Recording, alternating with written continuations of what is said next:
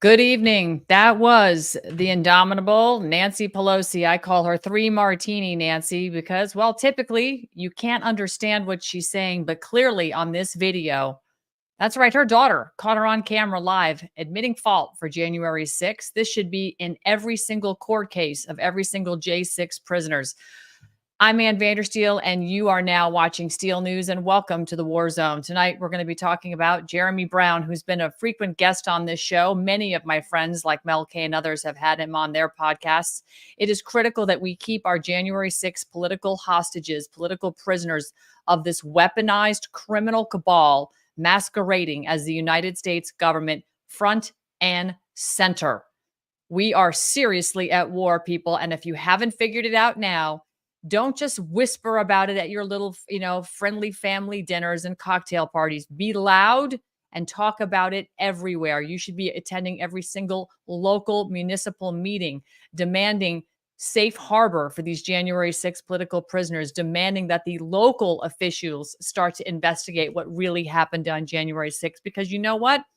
Your local officials are allowing these thugs known as the FBI to enter your local communities, barnstorm people's homes, and hold them hostage without a fair day in court. Zero. Jeremy Brown is one of those individuals, and he is in for the fight of his life, and he's standing up for all of us. He's a former Green Beret. He served from 1992 until 2012, and he retired as a master sergeant. He was arrested in Tampa, Florida in September of 2021. He was charged with knowingly entering a restricted building, disrupting the conduct, as they claim, orderly conduct. Well, we know what a fraud J6 was. We know what a traitor Mike Pence was. But of course, they're claiming it as orderly conduct of official government business and functions. And this, of course, according to the Injustice Department. And on January 6, 2021, he received a sentence of 7 years in federal prison for having 2 illegal guns, according to this statement, a set of hand grenades, and some classified military documents in his Tampa home. These are all the charges coming from the corrupt government. So don't let these words alarm you, because we always get to the truth here on Steel News. He's been indicted along with more than 24 current and former military service members, and they've all been charged for their alleged involvement on January 6th.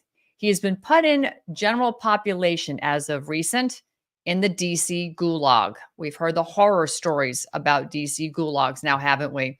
They did not put him in protective custody. Nope. They just put him in the general pop. Actually, he's actually in there with some other J6ers, but he's been asking some friends of his, notably the lady joining us tonight, Jennifer HICKS, to sit in for interviews on his behalf. Because guess what? He can't now. And possibly with everything we see going on, it's being rumored, maybe they're setting him up for seditious conspiracy. Anything goes. It's getting to be very, very scary. Joining me now here on Steel News to talk about this is Jen HICKS. Jen, thank you so much for joining. I know that this is not something you do on the regular here. I think this is your 3rd interview. But thanks for being brave enough to step up to the mic, because Jeremy has been being brave for us, well, for quite a long time in the January 6th realm, but it goes long back, to the early 90s when he decided to serve this country. So appreciate you. Thank you. Thank you. Yes. That was a really great introduction of Jeremy. For anyone who doesn't know why he is sentenced to the 7.25 years, he was targeted by the FBI. So he's really an FBI whistleblower before he's even a January 6th political prisoner, because his story starts prior to January 6th when 2 FBI JTTF agents came to his door. And this is something that I really try to emphasize to people, because a lot of people can't always connect with, the background of someone who has 20 years of special forces, former Green Beret experience. But something that we are all familiar with is social media censorship and social media control of the information that we have. And it should alarm everyone that the guys that the federal agents used when they showed up to his door in December 2020, they said they were there to clear his name. That's part of the audio that he recorded with regard to things that he had posted on social media. So, and you can hear Jeremy in the recording on whoisjeremybrown.com talking with these federal agents. And he asks them, what would bring two federal agents to your door over something that you posted on social media? Well, if you listen to these agents, they actually say, and this is probably not even part of the ruse, is that they do this all the time. That this is what they do every day. That your door is just one of many that they knock on. And in the context of the conversation they had with Jeremy, where that ended up going is they weren't there for anything he posted on social media at all. It had nothing to do with that. They were there to recruit him to become a paid confidential human source to spy on law-abiding citizens. Specifically, namely, he had recently joined the Oath Keepers to try to warn them because the experience and the training that he had was telling him that, patriot groups like the Oath Keepers were about to be set up and targeted. And go ahead. So he put it together very quickly because he was a member of the Oath Keepers that would be why the FBI was trying to recruit him, correct? He actually was not a prior member to the Oath Keepers. As I understand it, he only joined in November 2020, and it was Okay, specifically for the purposes of going and letting them know, hey, you're about to be set up. got it. And that is my understanding. And you were talking about the way that we understand, the things that are said. You were talking about that when you were relaying the charges that he has, that don't take this a certain way. I want people to understand that what January 6th did is it did serve the purpose that they wanted it to, is because a lot of people hear words like Oath Keepers and they recoil. And I want people to know this, that I live in Nebraska.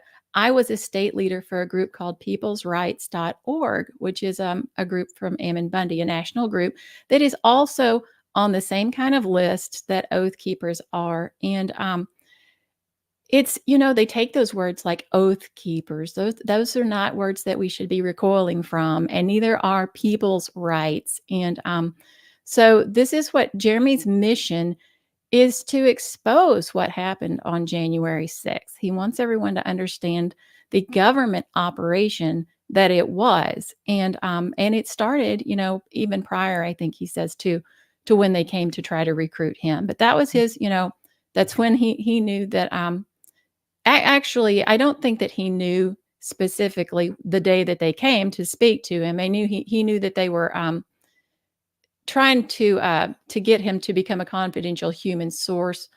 It wasn't until in March, I think maybe March 5th of 2021, he heard Christopher Wray saying that there was no FBI involvement on January 6th. And that is when he decided to release the recording that he had of these agents, which, they knew that they were being recorded. He let them know that he was recording that conversation.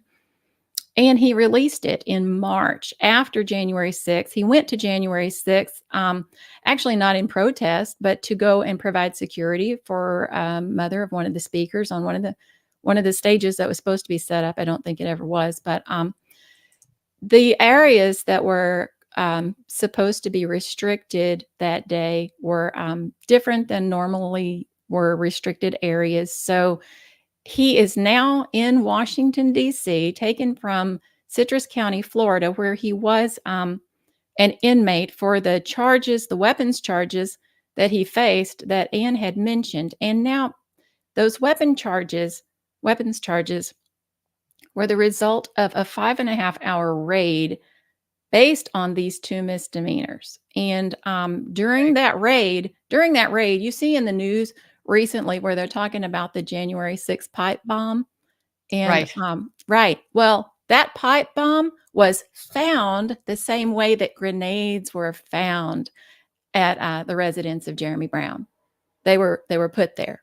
And Jeremy says they are not his, and forensic analysis with DNA says they are not his. Now, they did find DNA of two males on those grenades. They found pet hair. It doesn't belong to Jeremy Brown's dogs. They found carpet fibers. Doesn't belong to Jeremy Brown's, property inside his RV or his home. So, and it's not his DNA that they found on these grenades. So you kind of have to wonder, if they have these January 6th pipe bombs out there, why didn't they ever, look at whose DNA is on those grenades? And Wouldn't it it'd be odd if it was the same DNA found on the grenades that were right. placed in Jeremy Brown's property, right? Well, Again, it's I think they don't ask those questions because they already know the answers. And right, there are a lot of questions they don't ask, which is that's another significant part of Jeremy's story, is that he has never once been questioned by a member of law enforcement, not once. And he emphasizes that because he says, wouldn't you want to sit down with the person that you're calling a domestic terrorist? Because that's exactly what the basis of the 5.5 hour raid of his home was the domestic terrorism investigation. And they used these two misdemeanors, which he's set to stand trial for in DC on September 5th. Is it the 5th or the 4th? Maybe the 4th. 4th. But It's the that's the day 4th. before Yes. the election, he was Thank telling you. me. That's right. And so they used those misdemeanors, and they said that he was transporting explosives. There's no evidence they have anywhere that he was transporting any explosives, because he wasn't. But also, you have to consider that they didn't even charge him. They didn't come to his home to arrest him until September 30th, 2021. Mhm. September 30th, 2021. And let me tell you, um, you know what happened September 29th, 2021? That's the day that the warrant was issued. And I don't know, maybe I'm just a conspiracy theorist, but I know that two FBI whistleblowers were retaliated against that day, because Marcus Allen was an FBI whistleblower within the agency. He was an FBI agent. He lost his security clearance and lost pay for maybe 27 or 28 months. And I think it's really interesting that that the same day that he says he was targeted within the FBI for sharing reports that the FBI was not telling the American people the truth. He was sharing the same information that Jeremy was trying to say, is that the FBI is not being honest with you about the events of January 6th and the involvement of government assets. That is Right, exactly what Marcus Allen said. And so I think that it's interesting to look at what happened in the case of FBI agents who were whistleblowers in this, because they didn't spend any time behind bars. Marcus Allen also had the FBI back away from, they stopped fighting him on this finally, and they gave him back his back pay. They reinstated his security clearance. So, yeah, Ha go ahead. has there been any collaboration, Jen, between the FBI whistleblowers and Jeremy Brown's defense team, or No, anybody doing no? absolutely not. Nobody will touch this. No, no, no, no, no, no. Well, No, can't hurt to ask. I mean, no. it That's just seems that, they know a lot of information that could be actually helpful to Jeremy's case. Actually, could be helpful to all the January 6ers case. Jake Lang, for instance, just got thrown back into solitary. yeah. And he has still hasn't had his day in court, and they keep moving it back. You have to ask why. Why do they keep moving these people's days in court back? What is it the government is so afraid of? I mean, I know it's a rhetorical question at this point, but anyhow, continue. This is just so diabolical.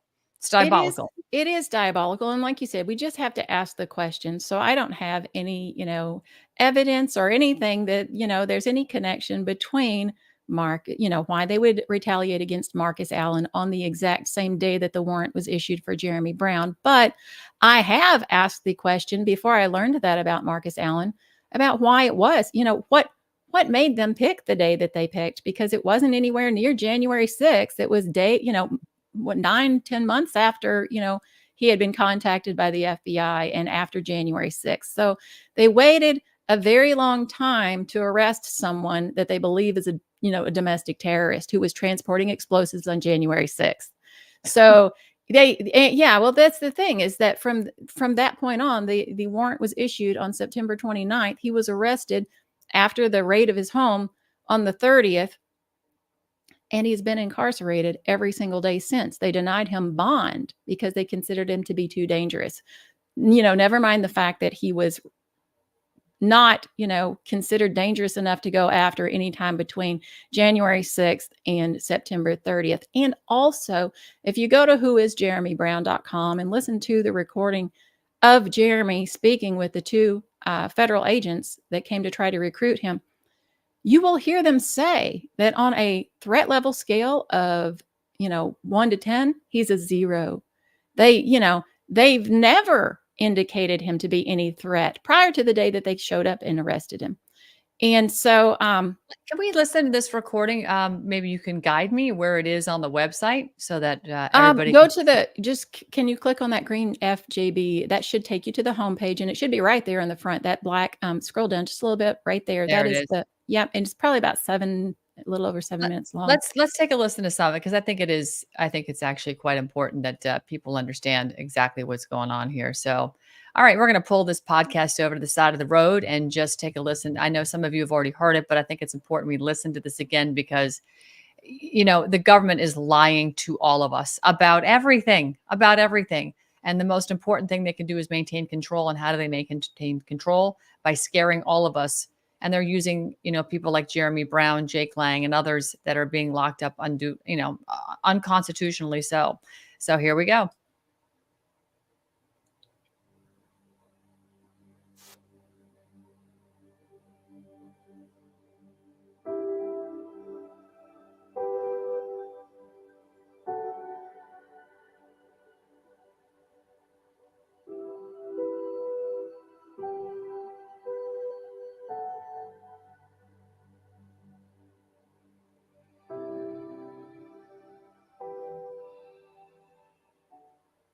JTTF with FBI. Okay, I noticed that. Yeah. So it's no big deal. We just had to come out. I've worked with JTTF before, so I'm familiar. Might in the future too. We'll see how this goes. Well, like I was saying, it's no big deal. We just had to touch base with you. We just got some reporting about some comments that you made about Civil War. So, like what kind of comments? Like what kind of comment would make the DHS show up at my door on 7 o'clock, or it was almost 8 o'clock, 7:40, I think it was. It's early. Yeah, just some comments about trying to recruit people for Civil War. Do you have those comments with you? No. Okay. So then where did you get that report I'm from? asking you a question. Yeah. Okay. Because I have the actual tweet if you want to look at it. And the way it works, I don't know if you know this, Facebook and Twitter both put stuff down.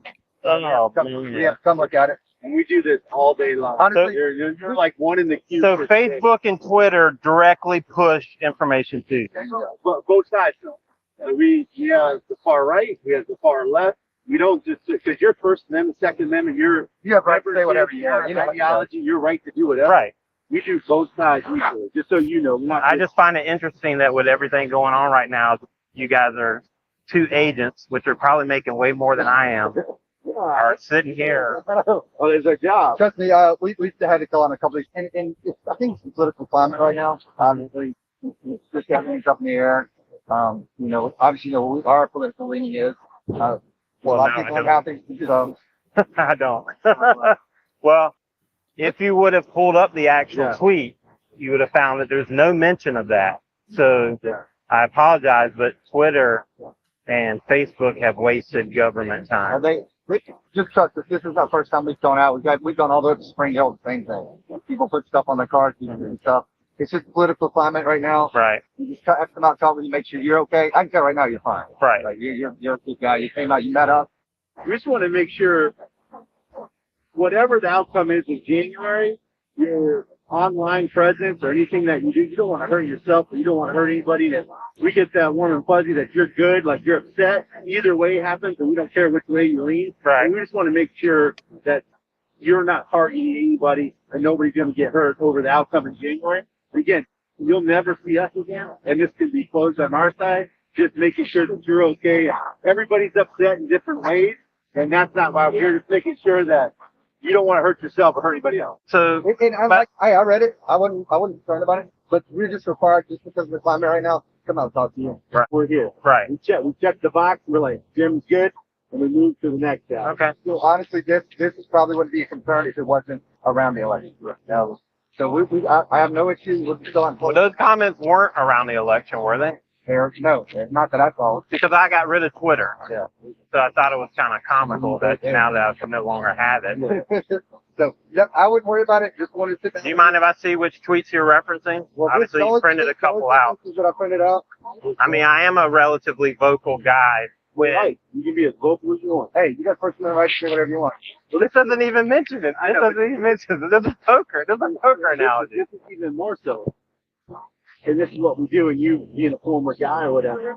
You're hearing stuff, or you're being around your group, and someone's like, hey, we're training tonight and tomorrow, some shit's going to go down. You calling us and letting us know, and you can prevent the next big thing. Oh, you have great. We're here to clear your name.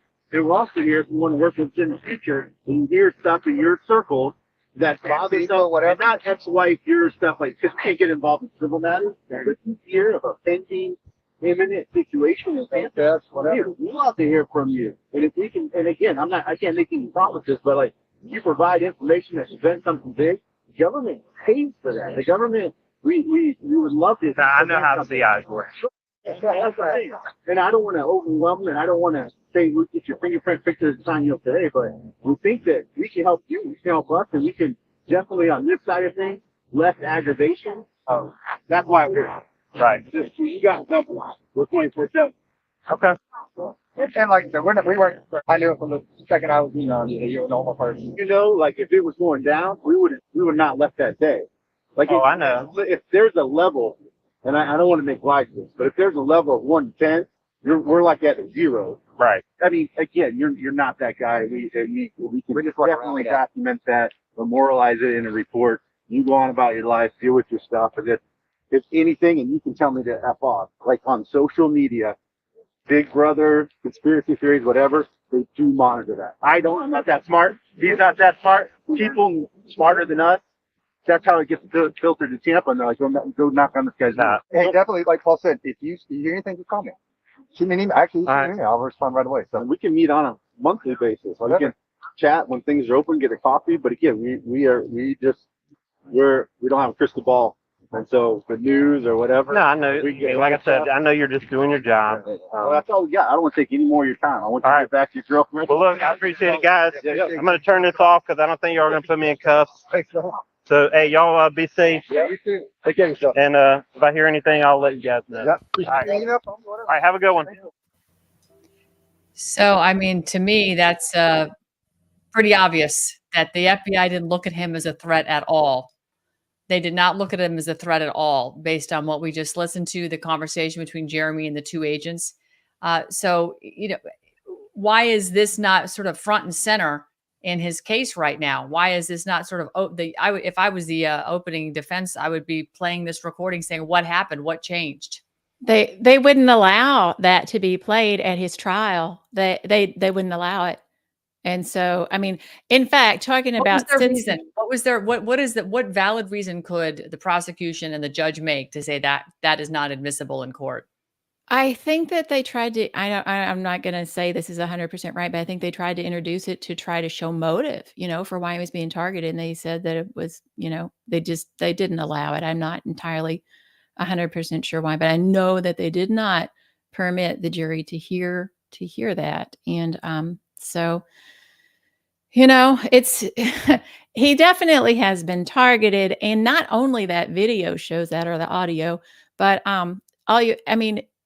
a kid could look at the legal documents. They're that plain as day that the most recent legal document posted from a couple days ago was from the government, and it is in response to Jeremy saying, basically, what are you doing?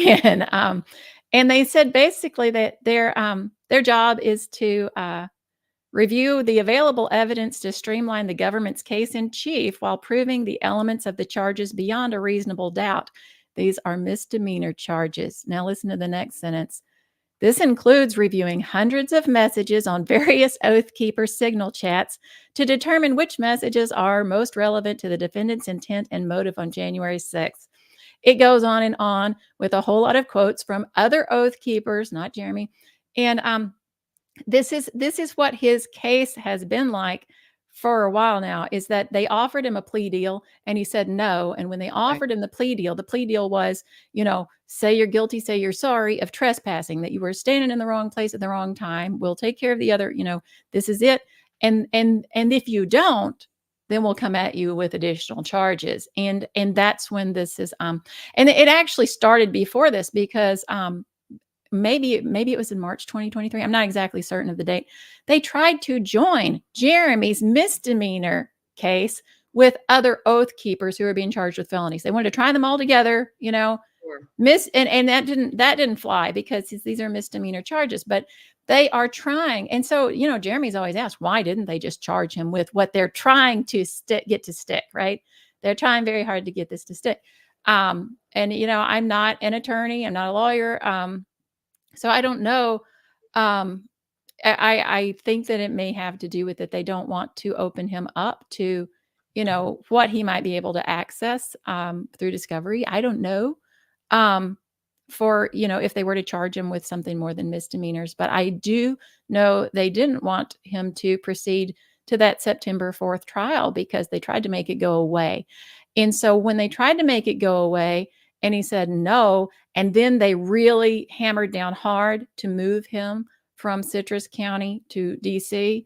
I mean, even fighting him on, exercising his right to elect to stay there per Rule 43B2. There is a federal rule of criminal procedure that says that for misdemeanor offenses, you do not have to even be present. He could have elected not to go at all. I mean, anybody who's charged with misdemeanors that are punishable for less than 1 year, 1 year or less, aren't even required to be present at their misdemeanor trials. Or if they do wish to be present, can elect to do it by video, Zoom. And that is what he asked for, was a bench trial by Zoom, and they denied it. Judge Mehta denied it. And so, the reason that the government gave in their response to why they were arguing against his right to elect that, they said no. They argued not 43B2, but actually Rule 43A, not B, A. They gave all of the reasons for the circumstances that would be required when a person is required to show up. Right. And they're talking a lot in those documents about demeanor. Your demeanor has to be assessed. And so now they're also a psychiatrist. Is that what they are? They're a Right. psychiatrist and a psychologist. They can look at your physical being, your verbal and nonverbal communications, and they can determine the psychiatric determinations whether or not you're going to be a threat and a menace to society. Well, and what's actually more disturbing than anything is that it isn't even a jury who gets to assess his demeanor. It's Judge Mehta. And so that is why they had to have him there, is so that Judge Mehta could look Jeremy Brown in the eyes, and see his demeanor too. This is, you know what I mean? It's not right. It's unconstitutional. His 6th and 7th, Amendment rights are being completely dismissed. He has no common law court. He has no jury of his peers. He has a, satanic figure in a dark robe who's pretending to be a psychiatrist and a mind reader. And he's looking at Jeremy, as opposed to looking at the facts of the case and admitting all evidence that could potentially exonerate him in this case. I mean, the Brady violations in this case alone are enough to get it tossed out. They're not providing any exculpatory evidence or anything that would prove that Jeremy Brown has been assessed by people who talk to criminals all day long and said you're not a threat. The initial contact by the FBI. So it's so astonishing. It's so disgusting. And I know Jeremy has become quite a student of law since he understands the constitutional violations in which he's being subjected to right now, which are disgusting. And of course, we all know why they sent him to the DC Gulag and out of the Citrus County jail here in Florida, where he would have a jury of his peers. They sent him to Washington, D.C., where there's not a fat chance in hell he'll get a jury of his peers, because they're all communists up there. There is no chance of a jury. This is going to be a bench trial, and this is what is actually of great concern. And Jeremy said if they moved him, he believed it would be to hurt him. Because if you don't want him to appear for a September 4th trial and you're still trying to get him there for a September 4th trial, then why are you moving him from the safety of the facility that he has been, held at, to the DC Gulag? And then they do not put him in protective custody with the other January Sixers. They put him in general population. And I spoke to him for just a couple of minutes yesterday. His phone time's been brief. I may get to speak with him more today.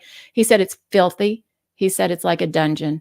And, so we are concerned about his safety since they Absolutely. put him there, because if they didn't want that trial to happen, they are putting him in, Jeremy Brown has said repeatedly in recent interviews, he is not suicidal and he's not clumsy either. So, Yeah. Those are things that, I think I'm cutting out on you a little bit, right? No, you're Oh, fine. okay. Looked like I was Yep. freezing up there. So, No, you're good. You're good. It's funny. I'm looking at Jake Lang's post here. He has been put in solitary confinement, and he was actually posting videos showing how disgustingly dirty and filthy, the facility that he has been, remanded to is. This is not an uncommon theme for the prison system. And sadly enough, I don't know if you recall the gentleman who wrote The Big Short.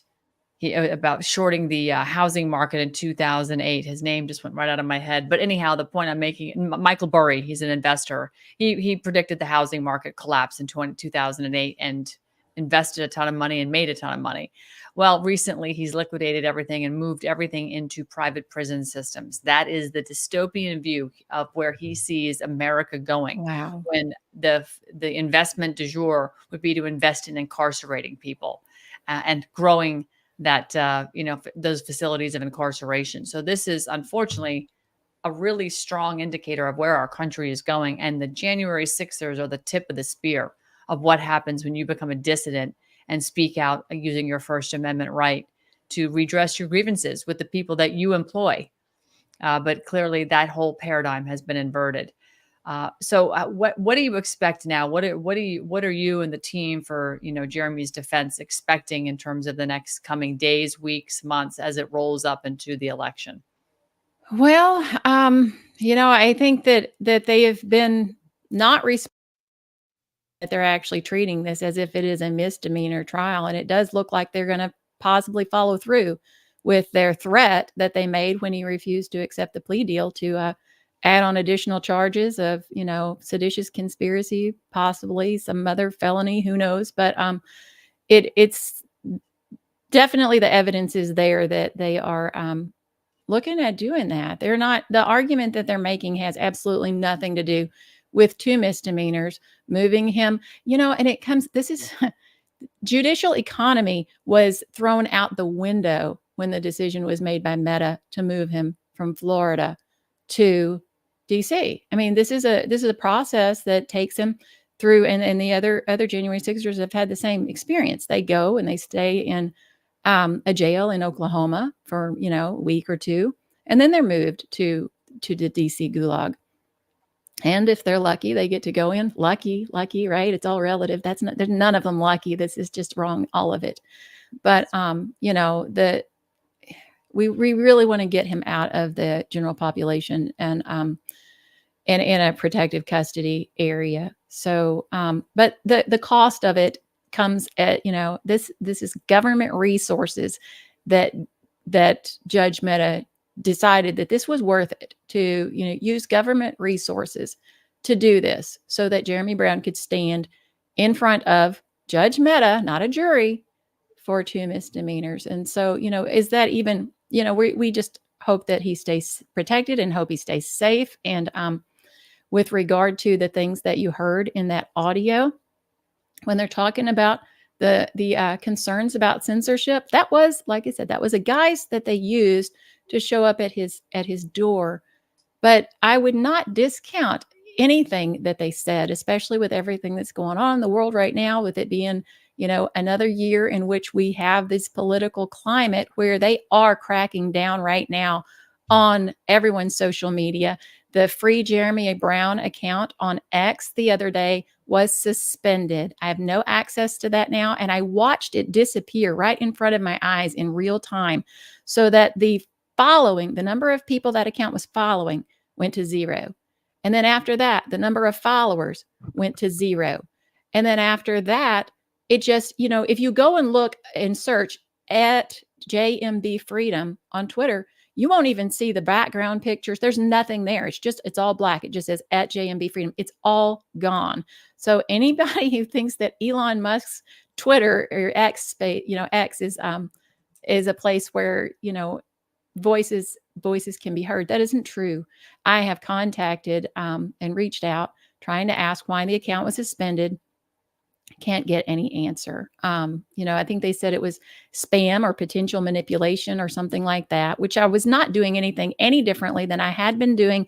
The only thing that was new is that I was posting these documents from Jeremy's case that have, the names of these Judge Mehta and the government's response and what they're trying to do. So you try to expose what they're doing in targeting people with weaponized government and a weaponized judicial system, then they shut you down. And so, and Jeremy's Give, Send, Go account isn't allowed to be shared on Facebook. So if you try to share, in fact, that video link that you just showed on Rumble, it's posted on Rumble. And when I tried to share just the Rumble video link, I wasn't sharing a Give, Send, Go link. I was sharing the Rumble link of the FBI agent's conversation, and they wouldn't allow it. And the reason that popped up on the Facebook screen said it was because the Give, Send, Go was blocked. And Give, Send, Go is in the description of that video, but that wasn't the direct link I was sharing.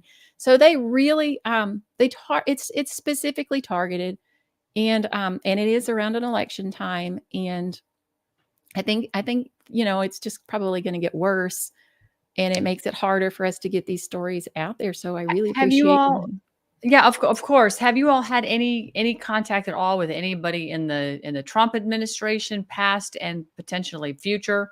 Has there been any, because he's talking about liberating the January 6th, political hostages. So I would hope that Jeremy Brown would be one of the ones front and center. And then, people like Jeremy would be a perfect witness to testify against the corruption that he's endured, along with so many others. I watched a War on Truth last night with about 100 people. Chris Burgard, Nick Searcy's movie that came out, just heartbreaking. The stories of all these people, grandmothers and fathers, and just zero sense with how they treat American people who, a lot of these people never even went in the Capitol. This is how disgusting the whole thing is. It's just, Jeremy didn't go in the Capitol. Exactly. Yeah. That's the point. He didn't. But, and then you look at how Ray Epps was, treated. Ray Epps got a 60-minute interview, right? And I can't even get Tucker Carlson to talk about Jeremy Brown. And it's not that these people don't know who he is, because they do. And I don't know why. I don't know why they don't talk about this. I do know that there's a lot of suppression, and, people are told not to talk about it. But it's not going to stop me, because we have to get these people out of there. And we do. It doesn't happen if we don't talk about it. But I don't know. No, as far as anyone in the Trump administration, I have not had contact with any of those people. And I've reached out, and I've never heard anything back. This has been a tremendous disappointment, really, that we don't have more people involved, our elected officials, to speak up on this. And that's a problem. I actually am, relatively new to helping Jeremy with this. So in the past several months, but prior to that, my background was focused on election integrity. And I can tell you that with regard to election integrity, it's like pulling teeth, to get people to do anything, and they won't. And they'll tell you, they're not going to do it. They're not even subtle about it. And they don't, if people don't show up and demand it, then they don't have to. So, well, America will get what America deserves if the people don't take on their responsibility. That's and right. It's very clear what the responsibility is here, because some very wise men about 240 some years ago wrote this document called the Constitution. And it's very clear. you know, the very first part of the Constitution, the first sentence is, "We the people." We the people, not we, the United Nations, not we the government, we the people. And we the people are the government. We have to direct the government to tell them what to do. And we've allowed them to be the tail wagging the dog. And we are being treated like a beat down dog right now by a very big and nasty tail. But again, you know, if we don't step up, like you're saying, and if we don't, you know, take control of the right. situation, we get what we deserve. And That's right. I don't feel Jeremy Brown deserves this. I don't believe anybody that's been wrongfully incarcerated deserves this. President Trump did start the First Step Act, and that's you know, a step in the right direction. But we need to really take control. We have these behemoth monolithic bureaucratic organizations, and all they do is just get in the way and then wrongfully incarcerate, and they're weaponized and they're used against innocents because they're trying to cover their own crimes. Because of course they don't want to give up the power, and they were never supposed to be in power to begin with. We are. So That is absolutely right. That's yeah, absolutely it's right. just unbelievable. Well, Jen Hicks, you are a breath of fresh air. You're a brave woman for picking up the mantle and standing in the gap for Jeremy. We'll continue to support however we can. I really hope that Americans at some point, you know, get their wits about them. There's going to be a big event in DC at the end of September. You'll start to hear more about Rescue the West.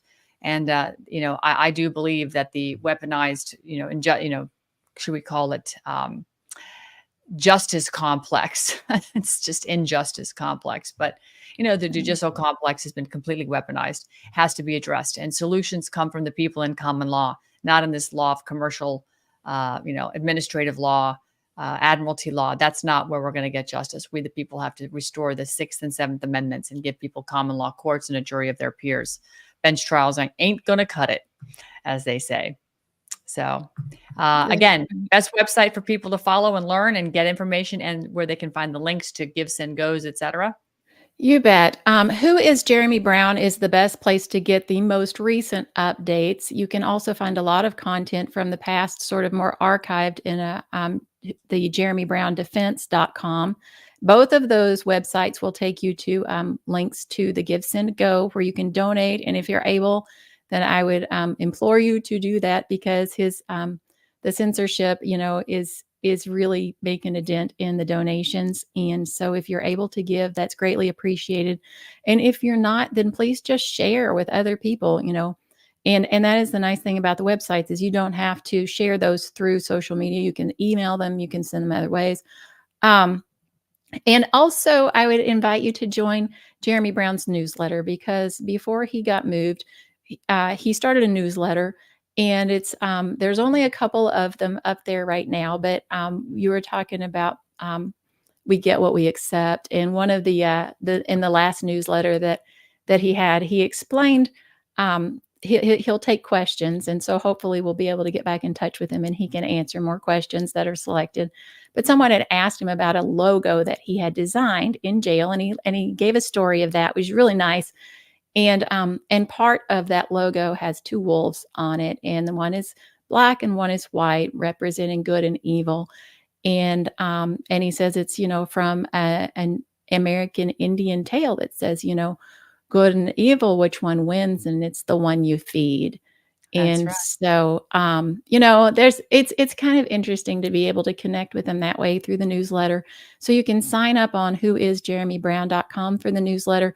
If you do, make sure that you check your spam, because it's likely going to go to your spam first. So, you know, make sure you get us added to your inbox. But Yep.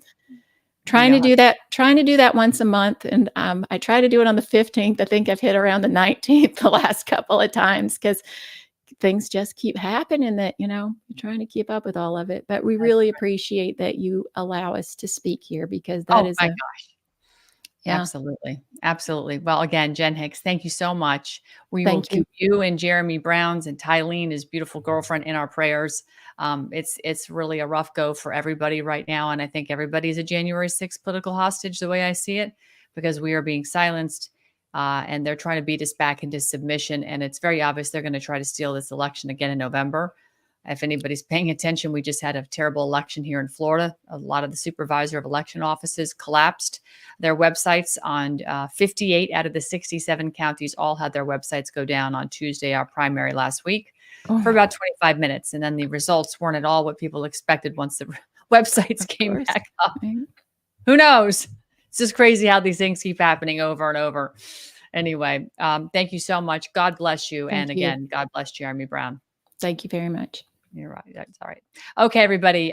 Wow, what an unbelievable saga that keeps continuing. And, this is just so painful for people who are family members, loved ones, relatives, friends, old acquaintances, people that don't even know Jeremy. This is Americans. These are your fellow Americans who either served in the military or were housewives or husbands that worked, or your sons, daughters, grandparents. I mean, this is anybody and everybody that is being targeted by a weaponized criminal cabal masquerading as your government, the United States government.